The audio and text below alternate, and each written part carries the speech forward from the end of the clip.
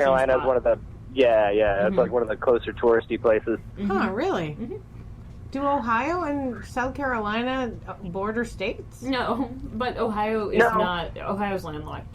So it doesn't there's have a just shore. a lot of Ohio tourists in South Carolina. Just the beaches. Huh. I mean, just Myrtle Beach. I mean, like, Myrtle Beach is, like, the most, like, touristy thing South Carolina has to offer. And it's kind of like the Jersey Shore with, like, a lot of Confederate flag boogie boards and stuff. I wonder if you two ever met each other, but don't remember. Oh, I'm sure we did. Like I was a girl teens. vomiting. I was underage. Actually, That was everybody in Myrtle Beach. I know, it was awful. That was like where I learned about alcohol, and I was like, no, thank you. The only thing I know about Myrtle Beach is the movie Shag. The movie Shag? Oh, yeah, because that's the state dance. Maybe. There's a state dance. I thought That's these the were just two-step. regular, but they have some kind of thing on them. And These are fancy. I'm good. sorry, we're eating really fancy Cheez-Its. Let's see what flavor it is so that we can tell the audience and make Wendell drool. oh my god.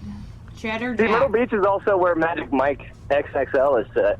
Or that's where they're trying to get to. Are you reading that online?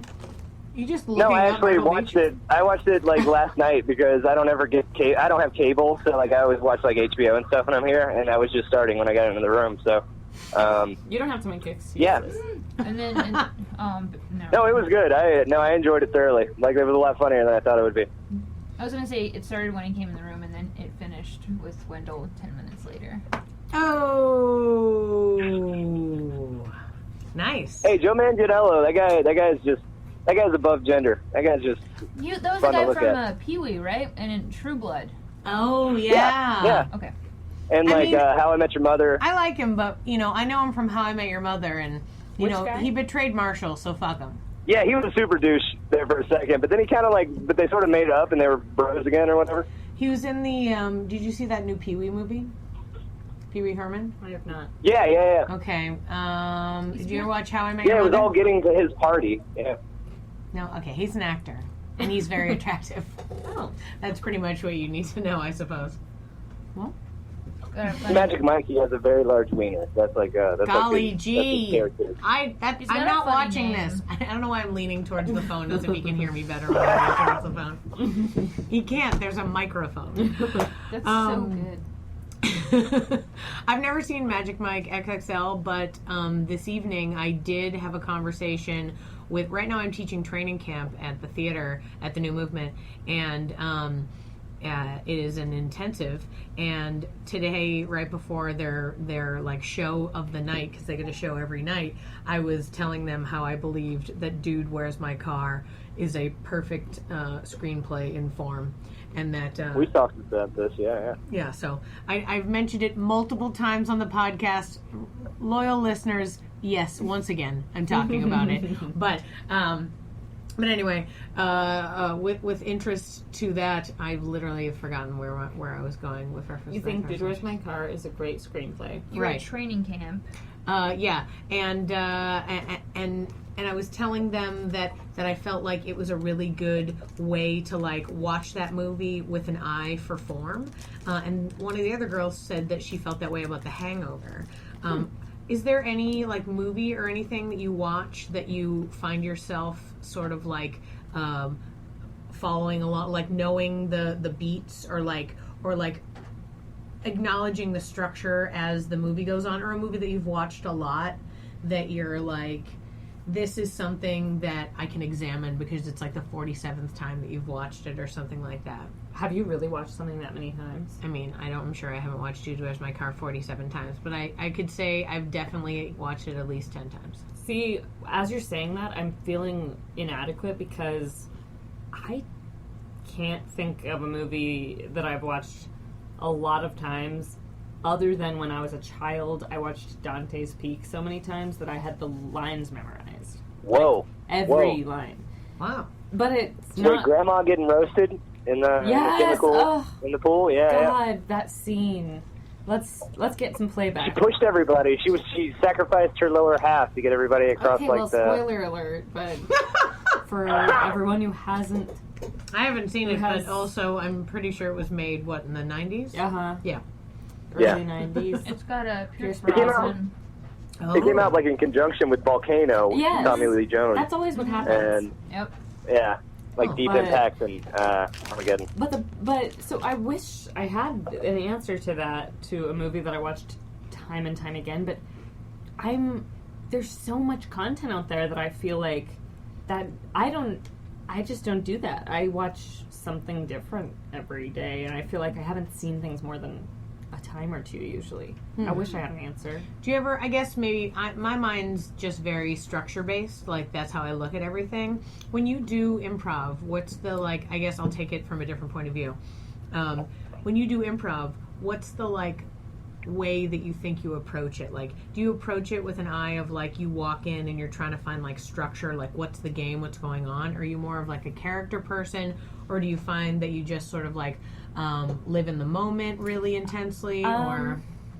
My improv is definitely much less structure-based and less game-based. Those are things that I'm always working on, because they aren't things that I naturally think about.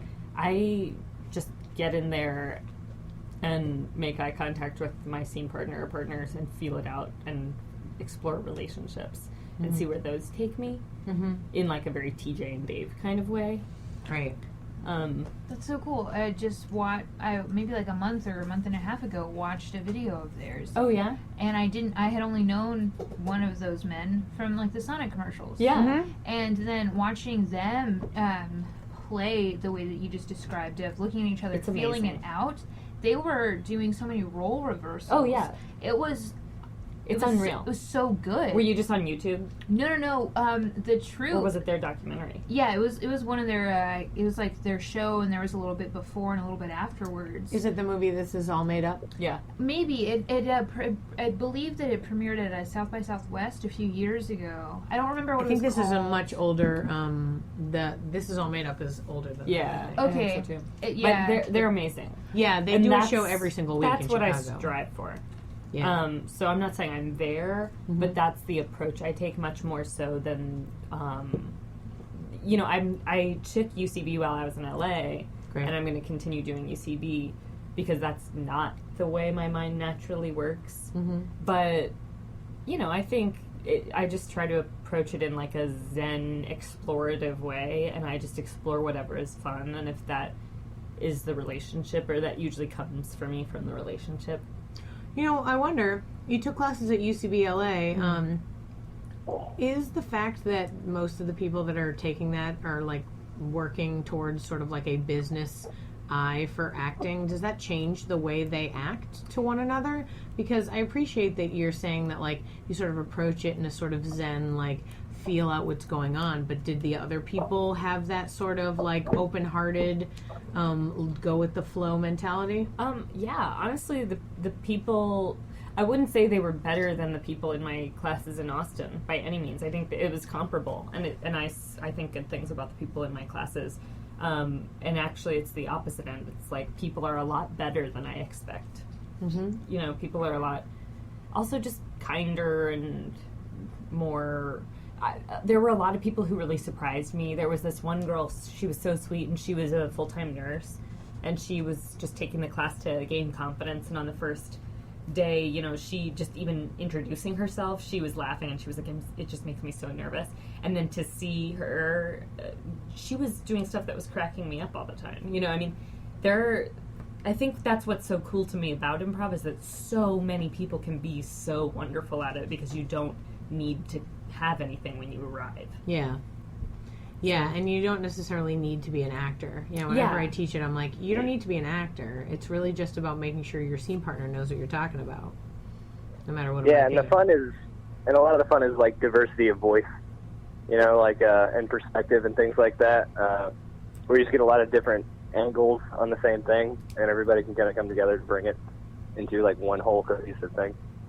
Yeah, I do like that. It's like everybody, brings in their own bit of the puzzle, and then all together you make a lovely picture together. Yeah. I'm like, I have all info, ABBA. You guys provide all the other info. That's what I bring to the table. So funny. So you're going to LA again. You went to LA before. Did you go do an intensive? I went for a few weeks, I went for a few months. I went there to take, it wasn't an intensive, it was just level 1. Mm-hmm. I went there to take that and to work on a little series with some friends and just get out there and, honestly what I was doing was, I genuinely believed I was going to LA to just know for sure that I didn't want to live there. I was going there to, like, rule it out and know that I wasn't, because my boyfriend really didn't want to move. He's, his business is in Austin, and I didn't want to, I didn't want to. I was afraid, and so I thought I was going out there to just be sure that I was doing the right thing by staying in Austin.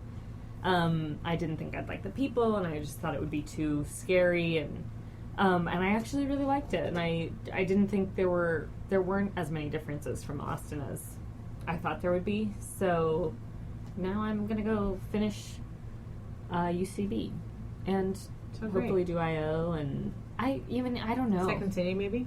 I mean, I would love to do as much as I can. I want to do a sketch. I'm building a writer's room. I'm hopefully releasing some, I just want to go do it all.